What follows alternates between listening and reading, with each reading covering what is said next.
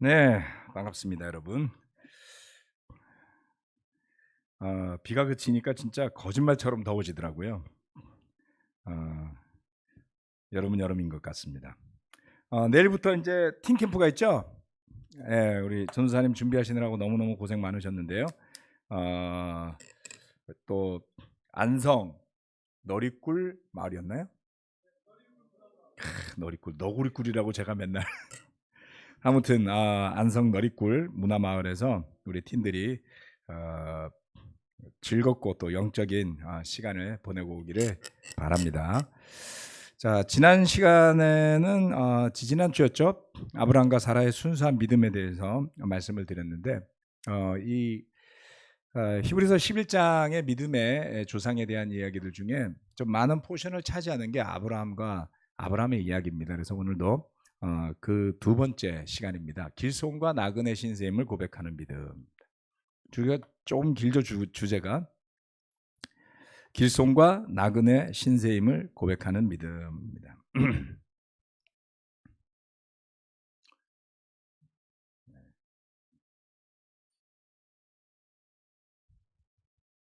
첫 번째는 16절까지요. 네. 히브리서 11장 13절로 16절까지 말씀 제가 읽도록 하겠습니다. 이 사람들은 모두 믿음을 따라 살다가 죽었습니다. 그들은 약속하신 것을 받지는 못했지만 그것을 멀리서 바라보고 반겼으며 땅에서는 길손과 나그네 신세임을 고백하였습니다. 이런 말을 하는 사람들은 자기네가 고향을 찾고 있다는 것을 나타내는 것입니다. 그들이 만일 떠나온 것을 생각하고 있었다면 돌아갈 기회가 있었을 것입니다. 그러나 사실은 그들은 더 좋은 것을 동경하고 있었던 것입니다. 그것은 곧 하늘의 고향입니다. 그래서 하나님께서는 그들의 하나님이라고 불리는 것을 부끄러워하지 않으시고 그들을 위하여 한 도시를 마련해 두셨습니다. 이 말씀의 초반부의 13절 말씀에서는 그들이 땅에서는 길손과 나그네 신셈을 고백하였다라고 이야기하였습니다. 또 그 앞에 13절 초반부에서는 이 사람들은 모두 믿음을 따라 살다가 죽었다라고 표현하였어요. 첫 번째는 믿음을 따라 살다가 죽은 사람들입니다.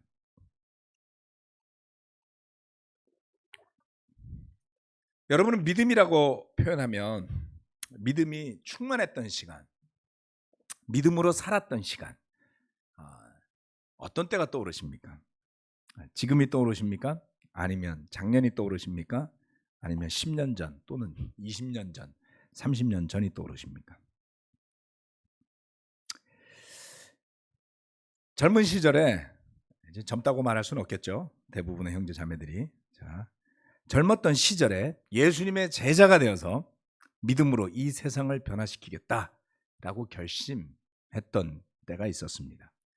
그때 무엇을 꿈꾸고 또 무엇을 계획했는지 기억나십니까? 네. 뭔가 내적인 엄청난 변화들이 있었습니다. 그래서 그 변화를 스스로 겪어보니까 저는 주님께서 우리 교회와 또 저를 사용하실 것을 믿었습니다. 그랬더니 신기한 일이 벌어졌어요. 제가 중학교 1학년 때부터 교회를 다녔는데 그렇게 교회를 오래 다니면서 전도해도 10몇 년 동안 진짜 한 사람을 교회 데리고 오기가 쉽지가 않았었어요. 그런데 거짓말처럼 친구들, 후배, 선배, 길에서 전도하는 사람, 이런 사람들이 족족 교회를 방문하고 세례를 받고 제자가 되기 시작했습니다. 삶이 변하는 모습들이 막 보였어요. 기대가 커졌습니다. 이 길이 맞아. 복음을 전할 사람들이 더 많이 필요해. 더 많은 사람을 제자를 삼아야 해. 그리고 세월이 흘렀습니다.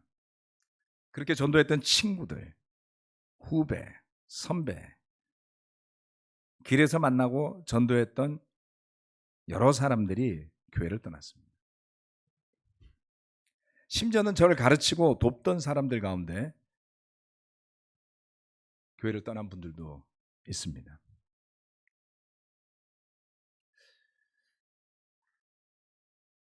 무엇이 잘못되었던 것일까요? 아니, 이 좋은 거를 왜 버리고 떠날까? 이렇게 좋은 교회인데 왜 비난할까?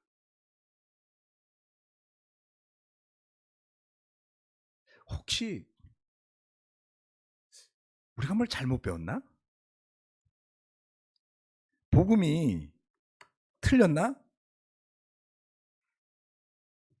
이런 생각을 하시는 분들을 많이 봤습니다.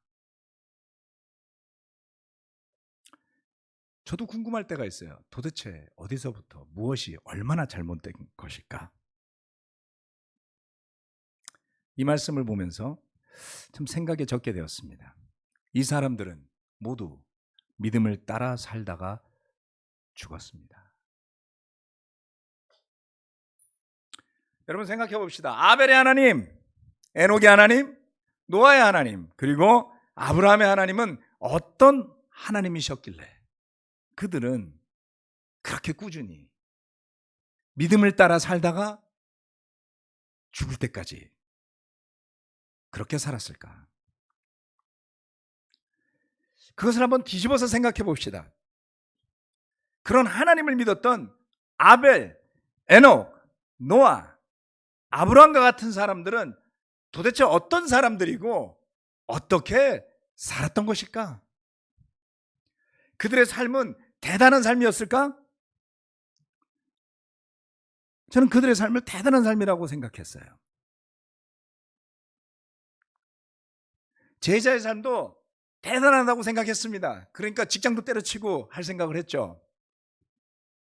뭐 한두 번 가끔 후회한 적은 있지만 수십 년 동안 전반적으로는 잘한 결정이었다고 저는 믿고 살았습니다. 솔직히 말씀드리면 그들의 삶은 대단했을까? 아니면 나 자신 또는 우리의 야망이 그것을 대단하게 보고 싶었던 것은 아니었을까? 혹시라도 우리가 꿈이라고 불렀던 것들이 물론 믿음을 통해서 보려고 했던 것이지만 이들의 믿음, 그 믿음을 따라 살다가 죽을 때까지 신의를 지켰던 그런 믿음까지는 아닌 우리 자신의 욕심, 자기 만족 내지는 자신의 에고를 확장하려는 야망들이 뒤범벅이 되어 있었던 것은 아니었을까?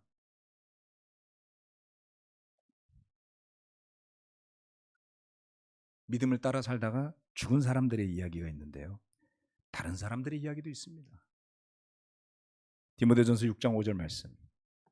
그리고 마음이 썩고 진리를 잃어서 경건을 이득의 수단으로 생각하는 사람 사이에 끊임없는 알력이 생깁니다.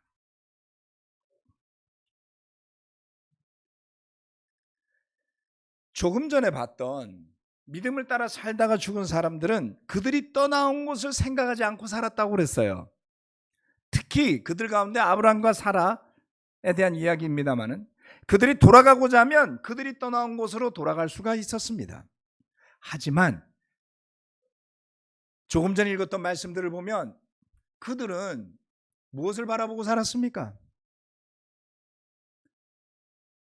더 나은 곳을 바라고 있었다라고 합니다. 여기에 비결이 있었던 것이죠. 믿음을 따라 죽을 때까지 그 믿음을 지키며 살았던 사람들의 비결. 더 나은 곳, 어디가 더 나은 곳이었을까요? 하란이 더 나은 곳이었을까요? 가나안이 더 나은 곳이었을까요? 그런 하란과 가나안과 비교했을 때 도대체 얼마나 더 나은 곳을 그들은 바랬던 것이었을까요? 분명히 하란은 당시에 발달했던 비옥한 토지에 위치한 도시였다라고 합니다. 거기에 비한다면 하나님이 아브라함에 가라고 했던 가나안 산간 마을은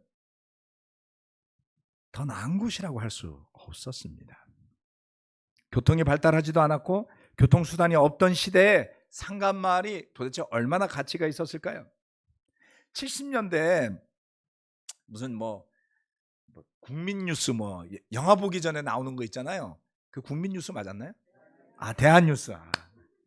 대한뉴스 막 이런 거 보면 드디어 강원도에 갈 수 있는 강릉에까지 가는 영동고속도로가 완성이 되었습니다. 뭐 이런 이야기가 나오는 게 있어요. 그 70몇 년도예요.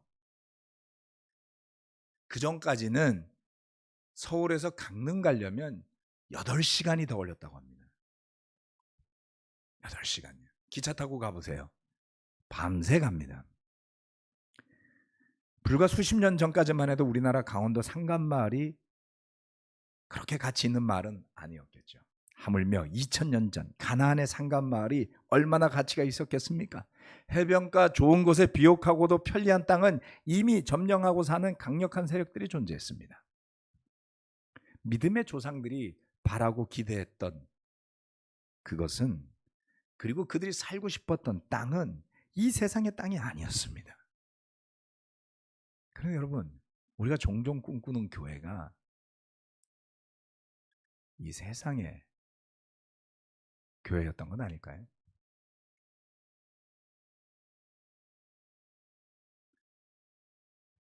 그들이 꿈꾸었던 것은 이 세상에서 위대한 것을 이루는 것이 아니었습니다. 누군가가 주님과 교회를 위해서 뭔가 대단한 일을 하고 싶은 마음을 가지고 그것을 꿈꾼다면 결코 우리는 그것을 나쁘다고 할 수 없습니다. 칭찬받아 마땅한 일이겠죠. 하지만 그런 열정에 묻어서 따라오는 잘못된 것들도 있을 수 있지 않을까요? 그러한 것을 경계해 보신 적이 있습니까? 주의하고 살피지 않으면 어느 틈엔가 순수한 마음이 차지하던 곳을 다른 것이 차지해 버리고 맙니다. 문제는 그것을 알아차리기 어렵다는 것입니다. 주님은 우리의 동기를 살피십니다.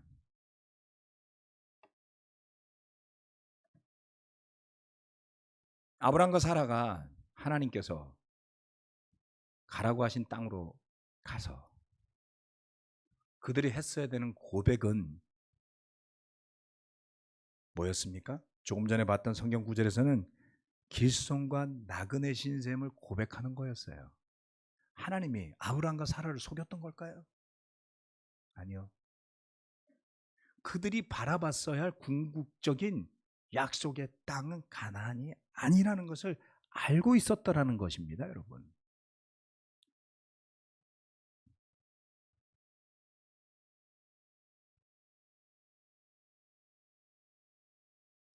주님은 우리의 동기를 살피십니다. 우리 마음의 깊숙한 곳을 들여다보십니다. 만약 아브라함의 초점과 포커스가 가나안에서 가장 알짜배기 땅을 차지하는 것이었다면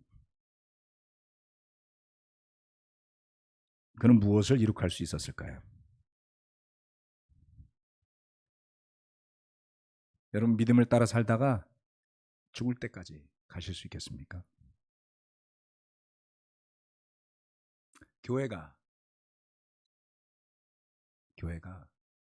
우리가 가야 할, 하나님이 세워주실 그 약속의 땅으로 가기 위한 이 세상의 하나님의 도구라는 사실을 잊어버리고 그것이 우리의 목적이 되어버린다면, 지금 여러분과 제가 사는 곳보다 더 나은 곳, 이 예배당, 이 교회보다 나은 곳을 바라고 살아야 합니다. 믿음의 비결은 그것밖에 없습니다. 비록 약속된 것을 받지는 못했지만 멀리서라도 그것을 반겼던 믿음의 조상들, 그들처럼 우리도 그러한 고백을 해야 되지 않겠습니까? 우리 스스로가 죽어라고 애써서 노력했더니 결국 길손이더군요. 나그네더군요. 왜 이렇게 우리는 떠돌아야 합니까? 왜 우리 삶에는 여전히 문제가 있습니까? 알고 봤더니 그렇게 살라고 하나님이 보내신 거면 어떻게 하시겠습니까? 아브라함이 가나안 땅을 마음에 들어 했다라는 흔적은 없어요. 그렇죠? 이 히브리서 기자가 증거하고 있지 않습니까? 보다 나은 것을 바랐다면서요. 예. 아브라함은 하나님을 원망하지 않았습니다. 저에게 가라고 한 땅이 겨우 이곳이었습니까? 라고 말하지 않았고 기록되지 않았고 그런 고백을 하지 않았어요. 약속된 것을 받지는 못했지만 멀리서라도 그것을 반겼던 믿음의 조상들처럼 우리 또한 지금 이것보다 더 나은 곳을 바라는 믿음이 있다면 반겨야 하지 않겠습니까?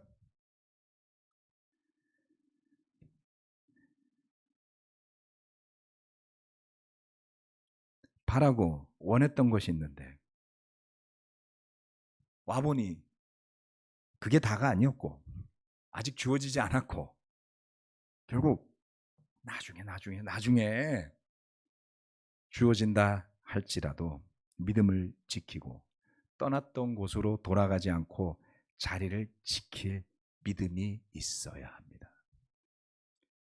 그래야만 비로소 우리는 하나님께서 그런 믿음을 가진 사람들을 위해 마련하신 한도시를 받을 수 있는 것이죠. 두 번째, 시험 받을 때 믿음으로 바치는 제물입니다. 그 다음에 나오는 말씀들은 맥락이 아닌 믿음에 대한 이야기죠. 히브리서 11장 17절로 19절. 아브라함은 시험을 받을 때 믿음으로 이삭을 바쳤습니다. 더구나 약속을 받은 그가 그의 외아들을 기꺼이 바치려 했던 것입니다. 일찍이 하나님께서 아브라함에게 말씀하시기를 이삭에게서 내 자손이라 불릴 자손들이 태어날 것이다 하셨습니다. 하나님께서는 이삭을 죽은 사람들 가운데서도 되살리실 수 있다고 아브라함은 생각했던 것입니다. 그러므로 비유하자면 아브라함은 이삭을 죽은 사람들 가운데서 대받은 것입니다. 여러분, 하나님으로부터 시험을 받아본 적이 있습니까?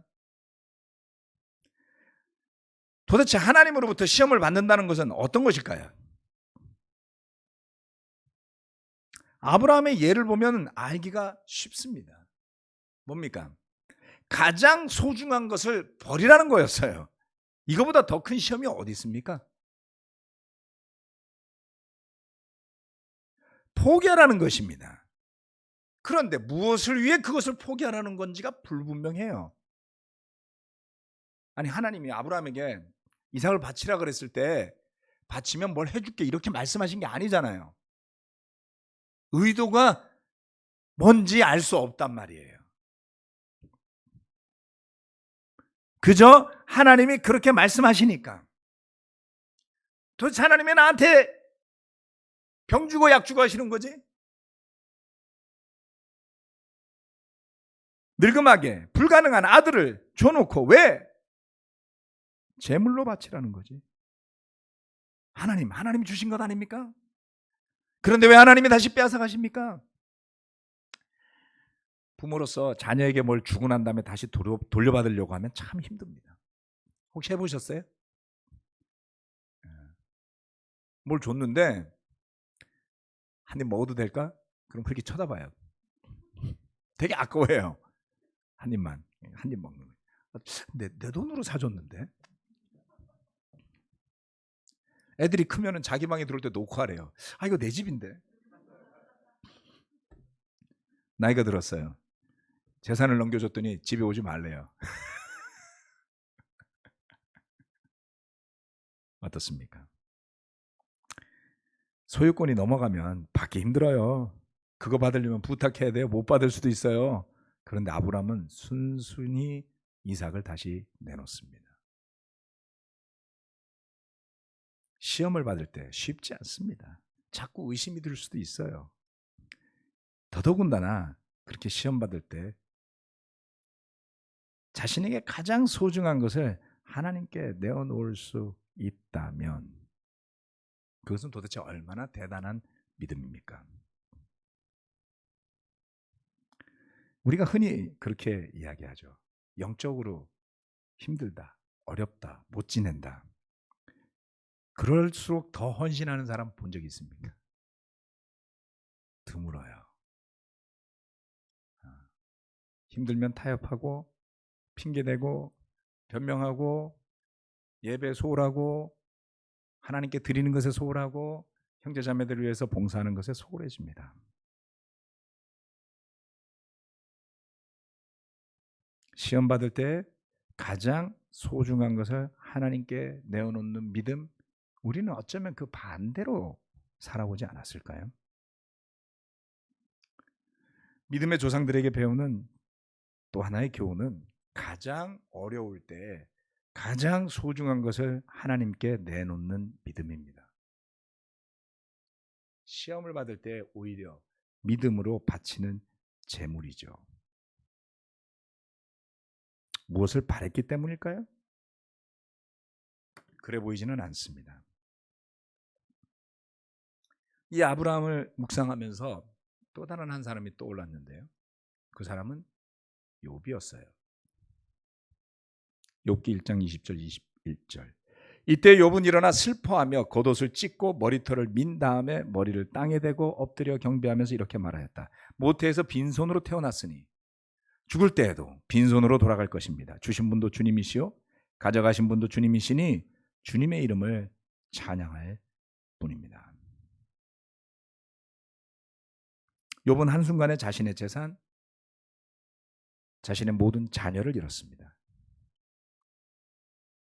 우리 중에 어느 누가 한순간에 자신의 재산을 다 잃어버렸는데 주신 분도 주님, 가져가신 분도 주님, 그러니 주님의 이름을 찬양합니다 라고 말할 수 있을까요? 어제 양양에서 싱크홀이 생겨가지고 CU 편의점 절반이 그냥 건물이 확 무너졌어요. 그래서 제가 와이프한테 이걸 보여줬더니 어머 저 사람 망했겠다. 물건이 절반이 날아갔잖아요. 그걸 누가 보상해 줄까요? 얼마나 망연자실할까요? 폭풍우가 닥쳐서 가게가 다 침수되는 사람들도 있습니다. 농작물을 다 망치는 사람들도 있습니다. 거기에 더해 자녀를 다 잃었어요. 주신 분이 하나님이시니 가져가신다고 한들 할 말이 없다는 것을 인정하는 욥의 믿음. 이 중에 단 하나라도 우리가 당했다면 정말 이렇게 기도할 수 있는 사람이 몇이나 있을까요? 이 방 안에도 사랑하는 가족을 잃은 분들이 이미 있습니다. 그리고서도 믿음을 지켜오시는 여러분 대단하신 거예요. 그런데 욥은 스스로 하나님께 그렇게 바친 거 아니었잖아요. 그냥 일어난 일이잖아요. 그런데 아브라함은 스스로가 바쳐야 했어요. 욥과는 또 다른 차원이에요.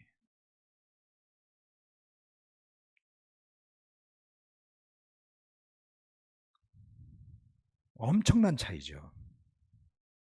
욥의 경우를 보고 나면 아브라함을 보는 눈이 달라지는 겁니다. 그런 욥과 아브라함의 우리 자신을 견줘보면 어떻게 될까요? 와우. 그리고서도 우리가 믿음 있다는 말을 할 수 있을까 이들 앞에서?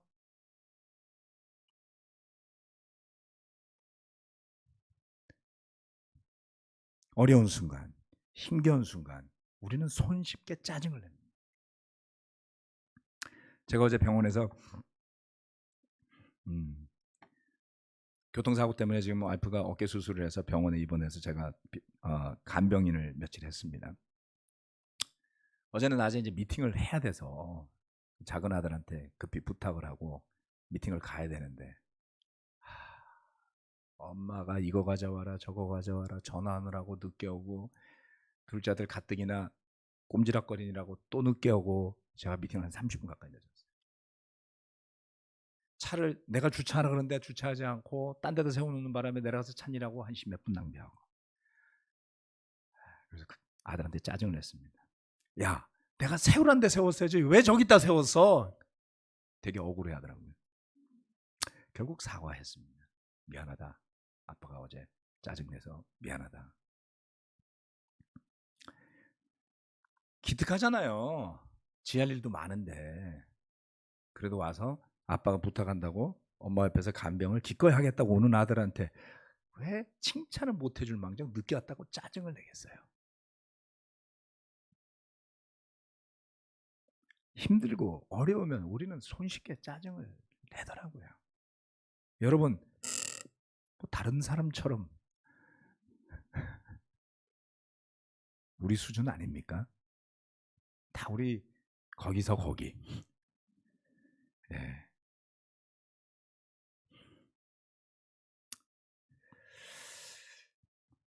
하여튼 사과도 빨리 했어야 되는데 오늘 아침에 했습니다. 때로는 그것도 인식 못하고 지나는 경우들 있죠. 하물며 가장 귀한 것을 가장 어려운 순간에 하나님께 드려야 한다면, 그것도 스스로 나서서 해야 한다면 어떻게 될까요?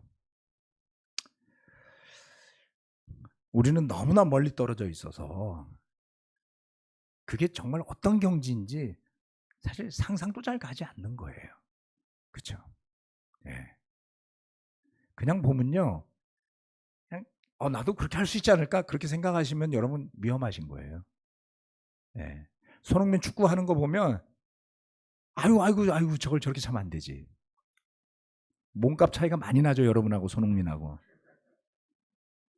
그리고 그 축구장에 가서 공 한번 차보세요. 그래도 우리는 시청자로서의 권리를 가지고 있잖아요.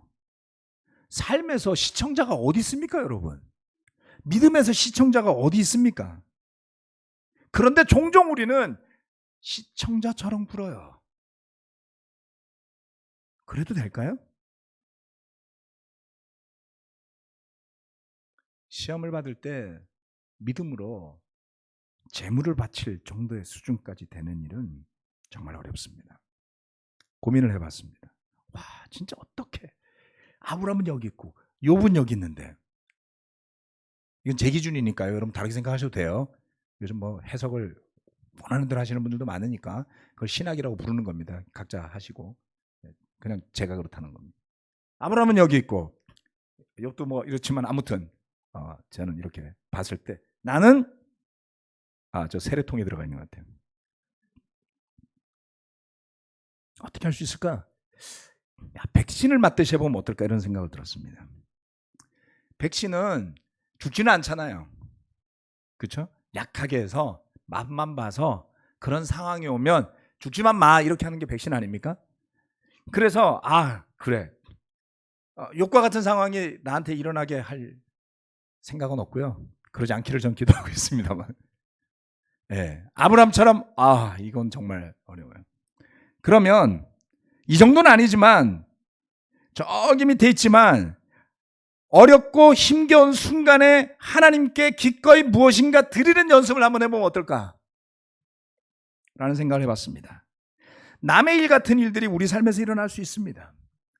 제 차가 그렇게 구를 줄 어떻게 알았겠습니까? 해피름은 같이 구르는데 왜 와이프 쇄골만 부러졌을까요? 너무 마음이 괴로웠습니다. 한 20년 무사고였던 것 같은데 한 방에 너무 세게 일어나네. 정말 한심하게 느껴졌어요.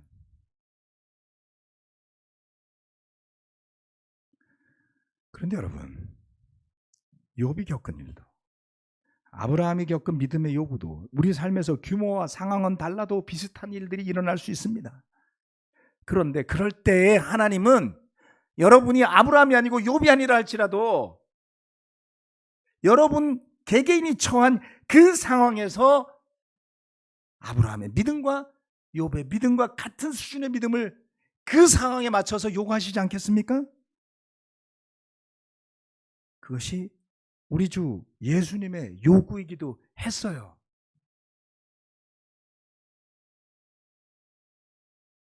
우리가 너무나 잘 아는 구절, 누가복음 9장 23절 말씀입니다. 다 같이 한번 따라서 해볼까요? 누가복음 9장 23절 말씀 시작. 그리고 예수께서 모든 사람에게 말씀하셨다. 나를 따라오려는 사람은 자기를 부인하고 날마다 자기 십자가를 지고 나를 따라오너라. 우리가 이야기했잖아요. 대가 계산도 하잖아요. 제자로 사는 거 어려울 거라고요. 날마다 자기를 부인해야 된다고요. 십자가를 져야 한다고요.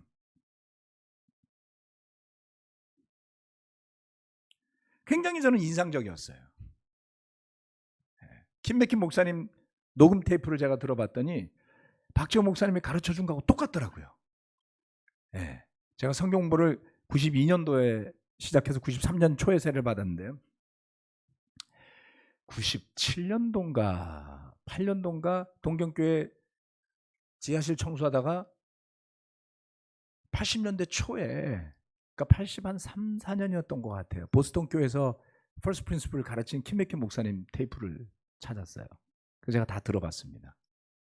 제가 배웠던 내용이랑 되게 유사하더라. 거의 비슷했어요. 정말 놀라웠어요. 어떻게 이렇게 될 수 있지? 전에 배우셨을 텐데 정말 비슷하게 배웠구나. 깜짝 놀란 적이 있었습니다. 그런데 그 중에 정말 뇌리에 남는 게 킵이 이렇게 이야기를 하는 거예요. 제자의 삶은 everyday라는 거예요. It's not weekly. 네? 일주일에 한 번 하는 게 아니고 한 달에 한 번 하는 게 아니고 every day, 날마다. 그렇습니다. 날마다. 예. 그 날마다 중에 하나가 저는 어제였던 것 같아요.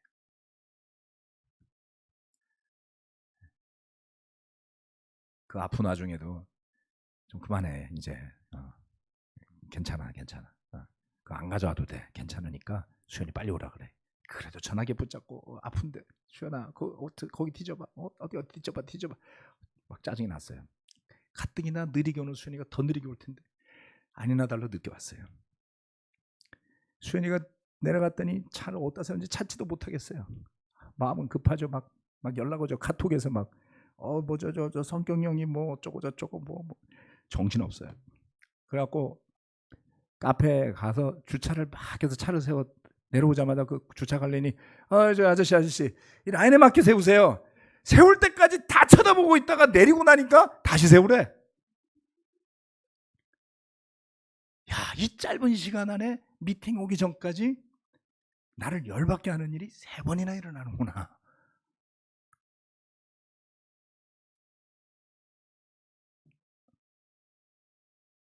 오늘은 어떠셨습니까? 네. 차도 다시 세워줬고요. 네. 아무튼 미팅도 잘하고요. 다 잘했는데 그런 게 왜 화가 났을까? 왜 짜증이 났을까? 돌이켜봤습니다. 매일 해야 할 자기 부인이 있습니다, 여러분. 우리가 제자로 살면서 감사한 것 중에 하나 그런 건 아닙니까? 내 감정대로 다 안 살 수 있게 성령님이 개입해 주시는 것이요. 그리고 또 내가 뭘 잘못하면 옆에서 뭐라고 한 소리 해주는 믿음의 형제자매들이 있잖아요. 우리는 그걸 제자 훈련이라고 부르죠. 네. 정말 사랑하고 믿기 때문에 해주는 말들이 있습니다. 덕분에 우린 정신도 차리잖아요. 감사하잖아요. 아브라함과 사라의 순수한 믿음에서 더 나아가서 그들이 가지고 있었던 믿음, 길손과 나그네의 신셈을 고백했던 그들의 모습에서부터 어찌 보면 그들의 삶은 대단하지 않았을 수도 있어요.